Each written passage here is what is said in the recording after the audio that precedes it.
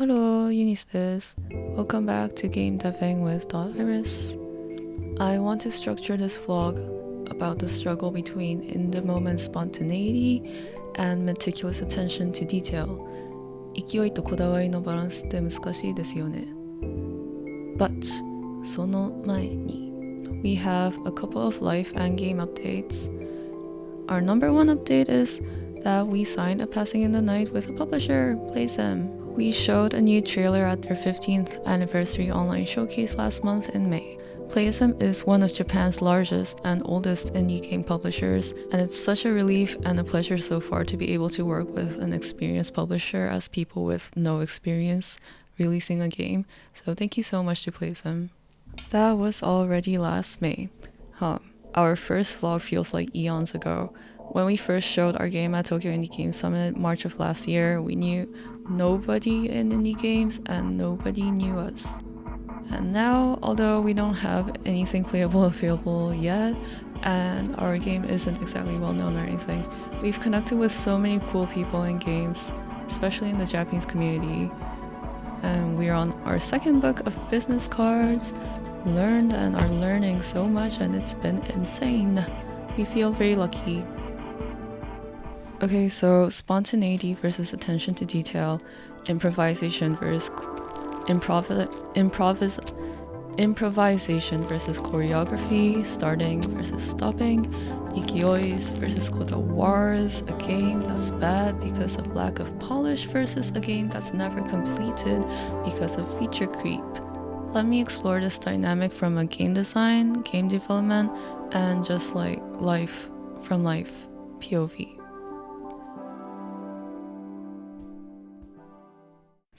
in terms of the game design of A Passing in the Night, the first intro that we made to the game was quite linear, even though it branches a bit in the dialogue and gameplay. There's only one main path to go down and things happen on the way. The walk is pretty much choreographed, and we think this made it a relatively solid experience.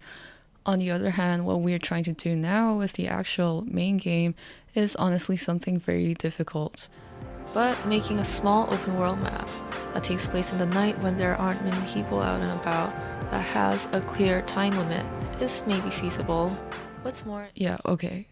The quick description of the gameplay of Passing in the Night is that it's a slow-paced, atmospheric, and narrative adventure game where you walk around for 1 hour in a weird town in the middle of the night. This sounds simple enough, but we failed multiple times to pace it well, to make it engaging.And it's still hard to make an interesting, small open world where things happen organically without you, and to have them also be interactive. And where you can move however you want, wherever you want, and still have it make sense between events. It's hard to make something narratively and systematically open-ended, and it's not even always better to make something more open-ended than something more choreographed, in our opinion.I don't know for sure if we can pull it off in a way that's convincing for everyone, but we think it's 100% worth trying. Next up is game development. I'm not the most patient person, but I do care a lot about polish and detail, even though I like to work and draw quickly to try to capture an element of spontaneity. Of course, I'm sure my partner Hiro appreciates the power of spontaneity as well, but...His attention to detail is on another level.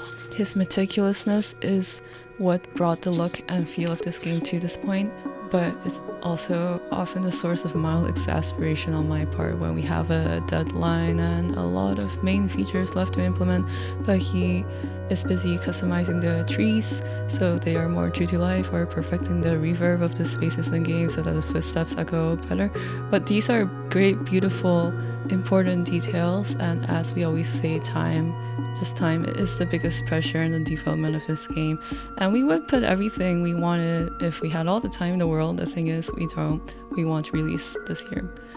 But in the end, most times I'm really glad Hiro goes above and beyond with most things. He insisted on designing and moving all the lights by himself for the event we showed at last weekend, and it ended up really shaping the atmosphere of the space. Which brings me to the last topic. We co-organized an event called TAMA Indie Games Exhibition, Dissonance, or Unrest, that ran for 2 days this month in June in West Tokyo. Long story short, at Biz Summit last year, we said hi to the developer of the adventure game CultureHouse, futurala. He's very well connected and passionate about indie games and art, and asked us if we wanted to run an event around unsettling games, seeing how both of our games share that theme. We said sure, sounds fun, so we planned for 7 months in our spare time, and I did the graphic design, Hiro set up and designed the website and layout of the space. We all did the logistics and marketing together, and finally did the event last weekend. 200 people came, and we think it was a big success. We had interviews and articles written about it, and people seem to enjoy being able to immerse themselves in a game in a quiet, dark, and cozy space. Thank you so much to everyone who visited and participated. The event was possible because we were very spontaneous about the whole process, but we also spent a lot of time and attention on the details. Of course, there were times that were stressful or not well planned. In my opinion, most notably setting up on the morning of the first day. We literally could not have set up in time if we didn't have the help of other exhibitors. 設備と片付けを手伝っていただいて本当にありがとうございました。We also had help with the front desk as well as with advertising and a bunch of other things, so it was truly a community effort. For our own exhibition, Hiro insisted on setting up a special installation, so we thought about what we could do with monitors that would be relatively easy to set up. And so we designed a triple monitor installation with a paper cutout put in between so that we can feature a lot of videos in the dark.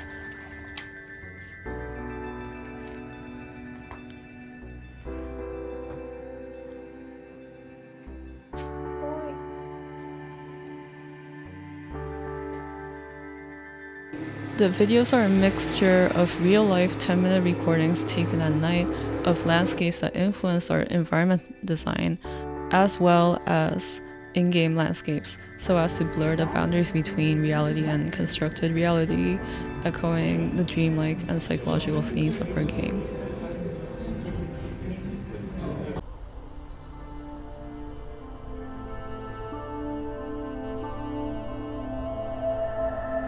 Back to the event as a whole, we tried to place the games so that the games with darker or heavier themes are further in the back, where it's literally darker.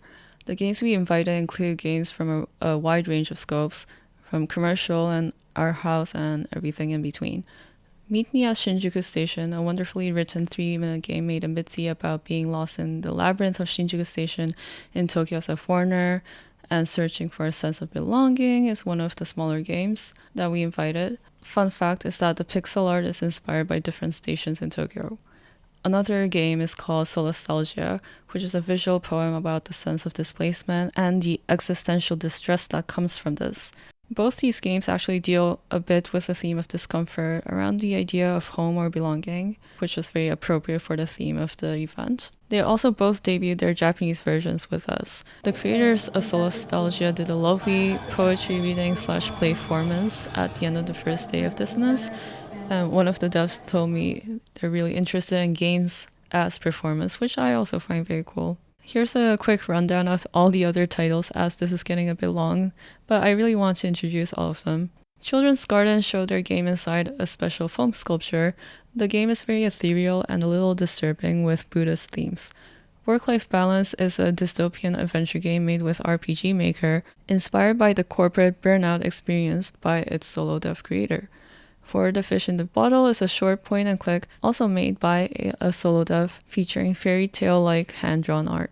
Frog Telephone is also made by a solo dev. It's a strange and surreal adventure game featuring a convoluted mystery about urban legends. LOL, Rest After Crying is a horror action-adventure inspired by Little Nightmares with really beautifully rendered Japanese-style environments.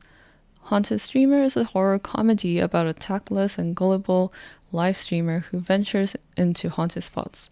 Respawn is a newly announced 3D puzzle platformer where you use your own corpses from previous playthroughs to make your way through the level, which is disturbing but also a little humorous in an absurd way.